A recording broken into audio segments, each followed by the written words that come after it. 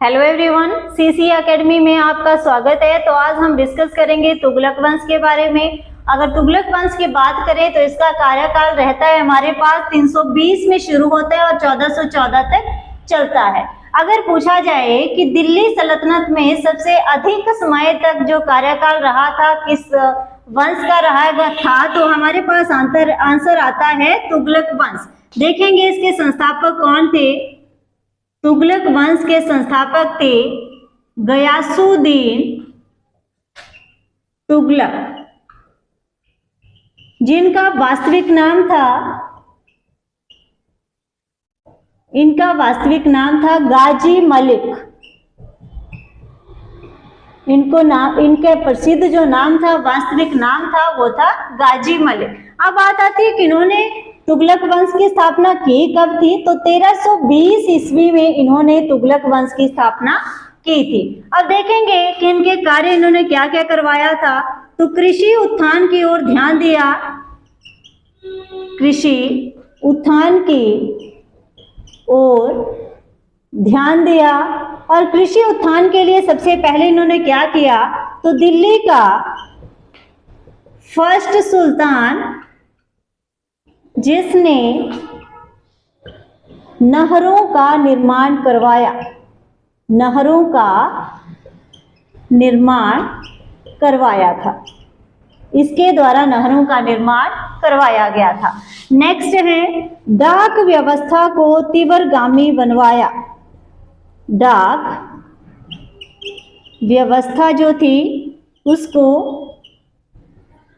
डाक व्यवस्था को तीव्रगामी बनाया। किसके द्वारा? गयासुद्दीन तुगलक के द्वारा डाक व्यवस्था को तीव्रगामी बनाया गया।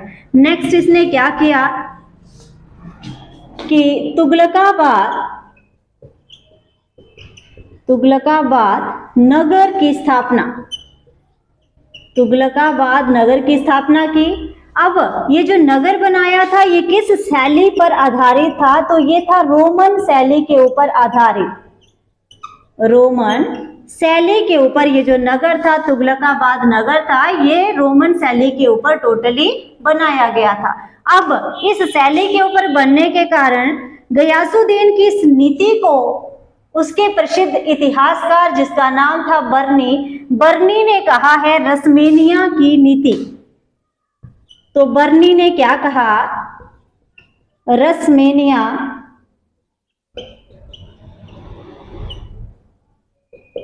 की नीति। इसकी नीति को क्या कहा? रसमेनिया की नीति, क्योंकि इसने जो शहर बनाया वो भी रोमन शैली के ऊपर आधारित था। तो इसका इतिहासकार है जिसका नाम है बर्नी ने इसको कहा है रसमेनिया की नीति। और साथ में एक पॉइंट और नोट करना है, तुगलकाबाद नगर जो बनाया उसमें एक फोर्ट बनवाया, इसके द्वारा एक किला बनवाया गया। उस किले का नाम रखा इसने छप्पन कोट किला। ये भी किसके द्वारा बनवाया गया था? गयासुद्दीन तुगलक के द्वारा ही यह बनाया गया था। नेक्स्ट देखेंगे, इसकी मृत्यु हो जाती है 1325 ईस्वी में, इसकी मृत्यु हो जाती है। गयासुद्दीन तुगलक की मृत्यु होती है 1325 ईस्वी में, मृत्यु होती है 1325 ईस्वी में। नेक्स्ट कौन शासक बनता है? सुल्तान बनता है। तो नेक्स्ट जो सुल्तान बनता है इसका बेटा है मोहम्मद बिन तुगलक। मोहम्मद बिन तुगलक ये कब सुल्तान बनता है? 1325 ईस्वी में ही यह सुल्तान बन जाता है। और इसका कार्यकाल 1325 से शुरू होता है और 1351 ईस्वी तक चलता है। ओके, तो जब ये सुल्तान बना मोहम्मद बिन तुगलक, इसका वास्तविक नाम क्या था? इसका वास्तविक नाम था जूना खां। इसका वास्तविक नाम था जूना खां। अब देखेंगे, कहा जाता है कि जो मोहम्मद बिन तुगलक है वो सभी सुल्तानों में से पढ़ा लिखा सुल्तान था। और इसको कहा गया है, मोहम्मद बिन तुगलक को कहा गया है दिल्ली सुल्तानों में से सबसे विद्वान सुल्तान। ओके, तो दिल्ली सुल्तानों में से सबसे विद्वान सुल्तान भी किसको कहा गया है? मोहम्मद बिन तुगलक को कहा गया। इसके साथ एक पॉइंट और रहेगा, किसको संज्ञा दी गई थी? बुद्धिमान मूर्ख की। बुद्धिमान मूर्ख की संज्ञा इसको संज्ञा दी गई। इसको क्या कहा गया था? बुद्धिमान मूर्ख की संज्ञा भी इसको दी गई थी। अब इसके कारण क्यों दी गई थी वो हम आगे चल के थोड़ा सा बात करते हैं। और साथ में इसको कहा जाता था पागल सुल्तान, स्वपनशील सुल्तान और रक्त पिपासु सुल्तान भी इसी को कहा गया है। फिर से बता रही हूँ, पागल कहा गया, स्वपनशील कहा है, रक्त पिपासु सुल्तान भी मोहम्मद बिन तुगलक को ही कहा गया है। अब हम देखेंगे कि इसको बुद्धिमान मूर्ख की संज्ञा दी गई थी, तो वो क्यों दी गई थी? क्योंकि इसने अपने राज्य में कुछ ऐसे कार्य किए जो पढ़े लिखे होने के बावजूद भी बहुत नाकामयाब रहे थे। तो देखेंगे इसके जीवन काल के 5 कार्य जिनके कारण इनको बुद्धिमान मूर्ख कहा गया। तो इसके 5 फैसले कौन कौन से थे? तो फर्स्ट ऑफ वन रहता है हमारे पास कर वृद्धि की इसने। सेकंड है राजधानी परिवर्तन। थर्ड है सांकेतिक मुद्रा। फोर्थ है हमारे पास कराची अभियान।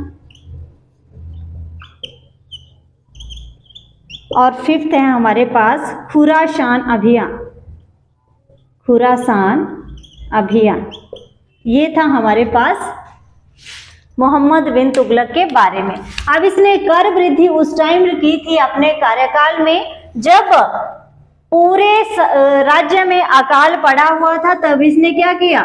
टैक्स लगाना, सबसे ज्यादा कर लगाना शुरू कर दिया। राजधानी परिवर्तन, इसने राजधानी 1327 ईस्वी में दिल्ली से देवगिरी स्थानांतरित करने का फैसला किया। और जब इसने राजधानी परिवर्तन करना शुरू किया तो इसने पूरी राजधानी को अपने साथ ले जाने का फैसला किया। उसमें बच्चे, बूढ़े जो थे, औरतें जो थी, वो बहुत ज्यादा बीमार थी, उनको भी कहा कि दिल्ली से सब कहाँ चलेंगे? पैदल देवगिरी चलेंगे। और रास्ते में ही कई लोगों की मृत्यु हो गई थी। सांकेतिक मुद्रा, तो इसने जो मुद्रा शुरू की थी तो चांदी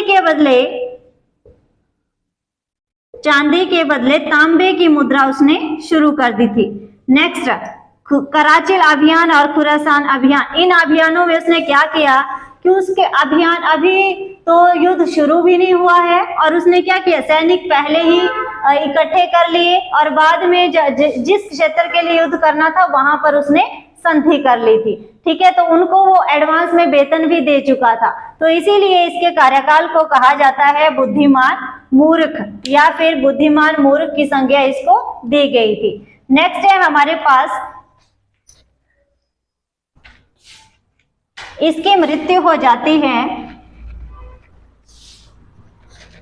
एक पॉइंट और बचता है इसके शासनकाल का कि